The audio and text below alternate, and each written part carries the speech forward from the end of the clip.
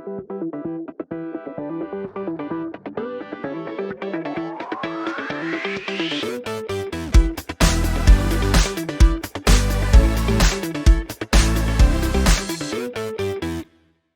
guys, what's up? This is Unconventional TV, Mental Health Edition, Dyslexia segment. In this video, I'm going to discuss what it's like to not only live with dyslexia, but live with it, not even know you have it, and then accidentally diagnose yourself with it. Which, if you haven't guessed it by now, is exactly what happened with me. Although before we dive in, don't forget to click on that subscribe button so that you don't miss any new unconventional videos.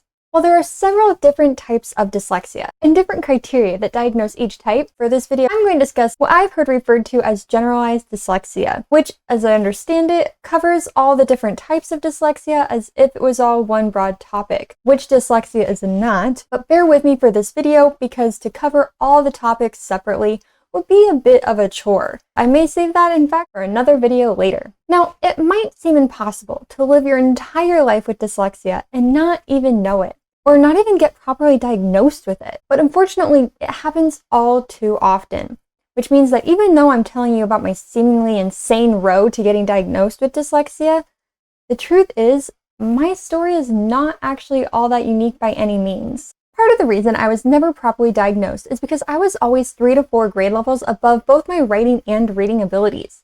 I was writing short stories by the age of 5 and reading 3rd and 4th grade level books to my kindergarten class.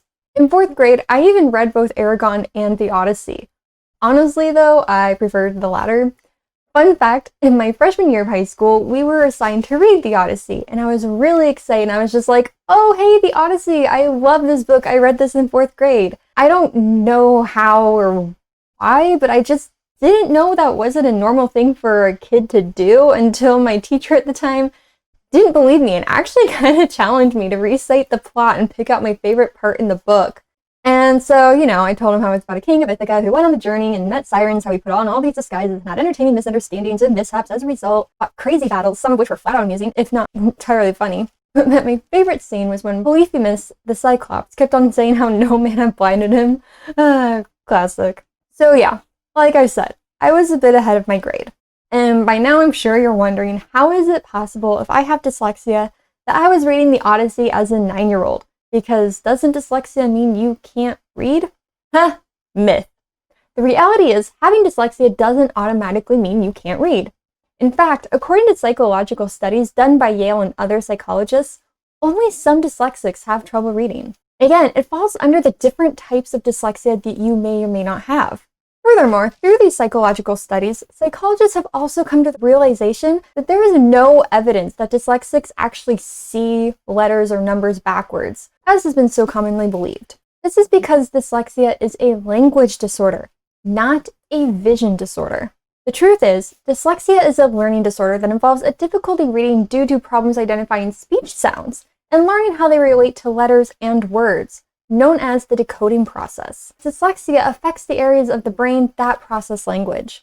This means dyslexia doesn't solely affect reading abilities and can actually manifest in many other ways. So let's take a minute to explore the 11 different yet most commonly shared characteristics each dyslexia type shares with one another.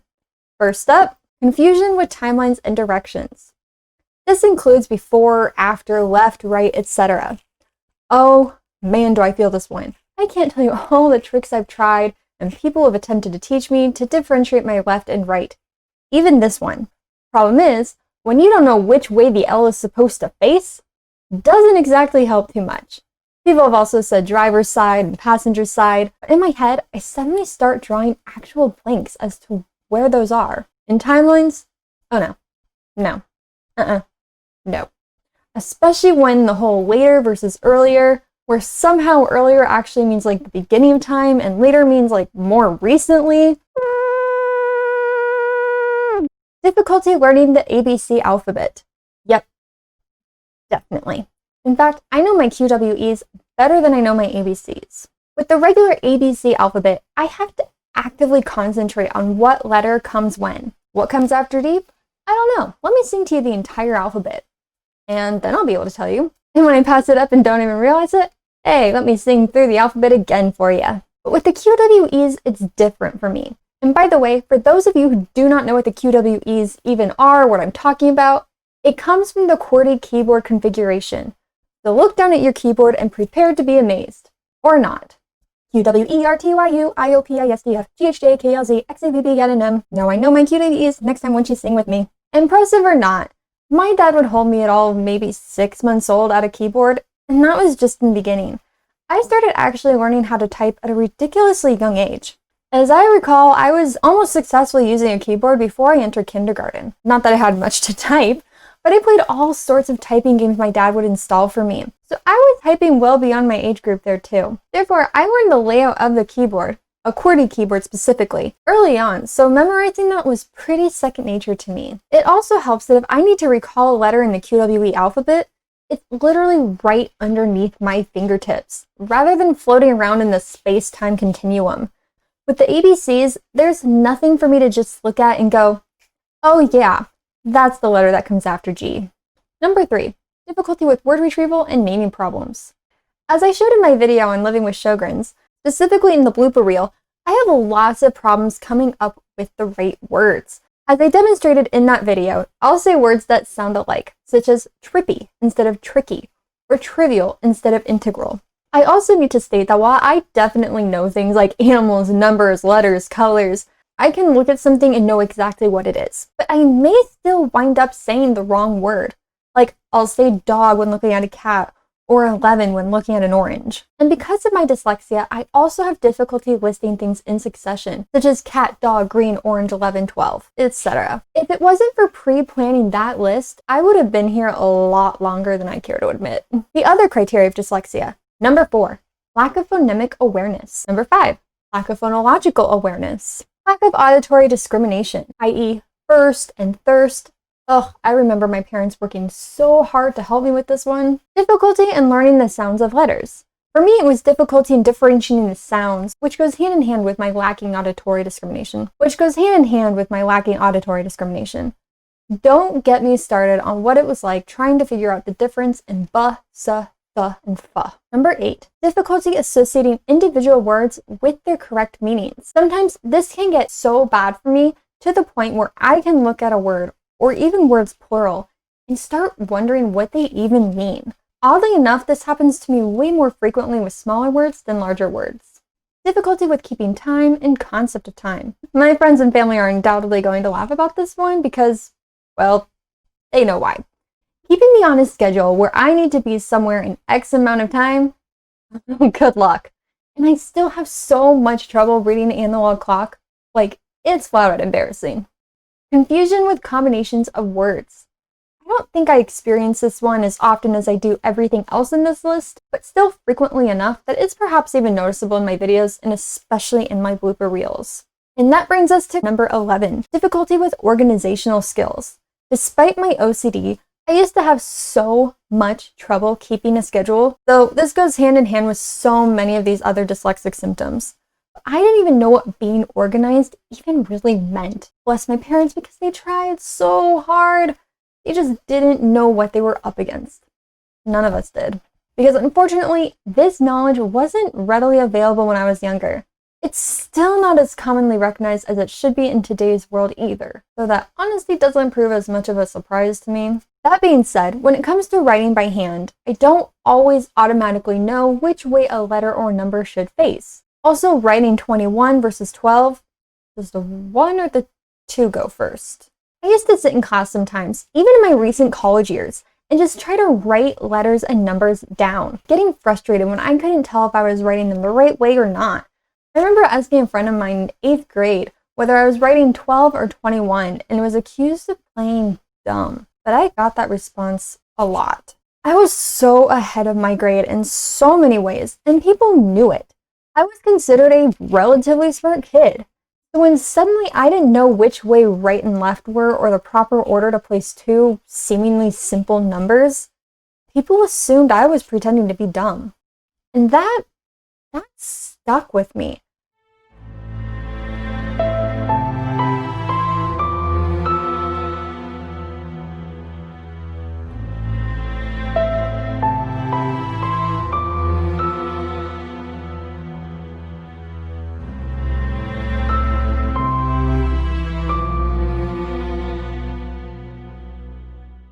It's so crazy looking back because now I know why I used to get headaches while reading and writing and staring at screens, or why I couldn't figure out which way a letter was supposed to face, or having trouble differentiating the meanings and sounds between synonym and cinnamon. I now also know why I didn't understand how it was possible I was always running so late behind schedule when I tried everything I could to be early. Time didn't make sense, letter and number placements didn't make sense, differentiating words and sounds didn't make sense. I also want to take a minute here, as it's incredibly important to note right now that dyslexia is also a symptom of fibro-fog. That being said, I always have low-level dyslexia, usually numbers and letters in the way they're supposed to face, as I've discussed. But when I'm having a fibro-fog flare-up, all the things I've described thus far are going to be magnified at an incredibly intense degree. In fact, there have been some terrifying times while driving that are now very clear to me as to why they occurred. Like the time when I couldn't remember, while driving, which was the gas pedal and which was the brake. Or the time I drove up an off-ramp on a freeway and didn't understand right away why cars were coming at me. So how did I figure all this out? In perhaps the weirdest, most unconventional way possible. This here is a game that I love to play. Seeker's Notes. The graphics and the art are amazing, storylines are intriguing, the locations are fun to explore. I actually consider just doing a video showing me playing this game because I love it so much. Now, explore a location enough, you eventually wind up with something called an anomaly. These anomalies differ in types, I won't get into those here, but the one so-called location anomaly I'm focusing on right now is the scrambled anomaly. This happens when you have to explore a location and find all the hidden objects in the scene, but the words on the screen telling you what to find are all scrambled. I can't tell you how many times I played through a scrambled anomaly and didn't even realize it. Like, all these words look normal to me. I know they're not because the game said I was entering a scrambled mode, but if I hadn't been carefully paying attention to that, I honestly wouldn't have known.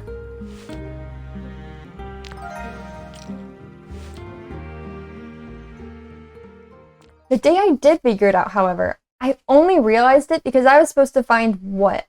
An umbrella, I think it was? No, I think it was a watermelon. Well, either way, I saw the word, read it, looked for the item, forgot what I was looking for, reread the word, and then somehow realized that's not the correct order of the words. Is it? It definitely wasn't. And then I realized all the letters of the surrounding words weren't ordered correctly either. None of them were, which is how I realized I'm reading scrambled words as if they're normal. And then I immediately did research on dyslexia, took online tests, one of which asked me questions about the errors in the following statement. When I didn't see any errors and wondered what could be wrong about it, I took more tests. They all said the same thing. I've got dyslexia. Asked my doc about it and learned even more about it. Now, here I am, telling you what dyslexia is, breaking some common misconceptions of this disorder, and all while telling you the unconventional story of how I learned I actually have dyslexia. This has been Unconventional TV, Mental Health Edition, Dyslexia segment. Thanks for watching!